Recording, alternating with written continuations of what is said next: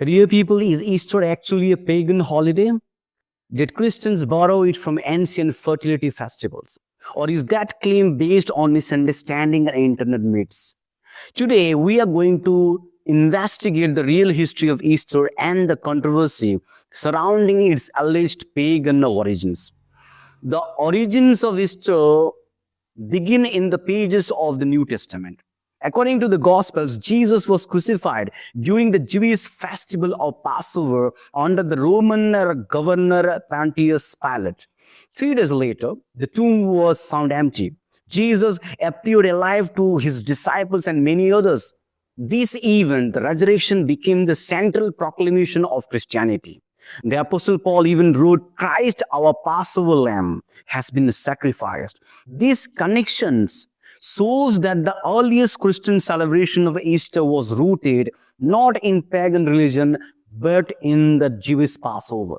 So, where did the claim that Easter is pagan come from? Much of the argument traces back to an 8th century monk and historian named Bede. Bede wrote that the English name Easter might come from a spring goddess called Eostre. But that's a major problem. Bede is the only ancient source that ever mentions this goddess Eostre. No temples, inscriptions, or archaeological evidence have ever confirmed widespread worship of Eostre. And by the time Bede wrote about it, Christians had already been celebrating the resurrection for centuries. Here's something many people don't realize. In most languages, Easter is not even called Easter. It's called Pascha, which comes from the Hebrew word for Passover. For example, in Greek language, it is Pascha. In Spanish, it is Pascio. In French, it is Pacius. In Italian, it is Pasquio. This linguistic evidence shows that the early Christian celebration was clearly tied to Passover, not to a pagan spring goddess.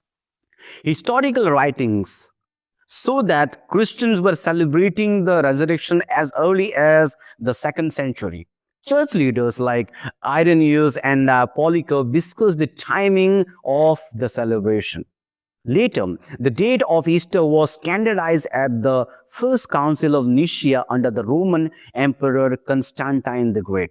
This shows that Easter was firmly established as a Christian celebration long before later European traditions appeared.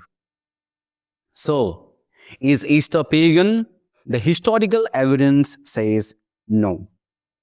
Easter began as a celebration of the resurrection of Jesus Christ, rooted in the Jewish Passover and proclaimed by the earliest Christians.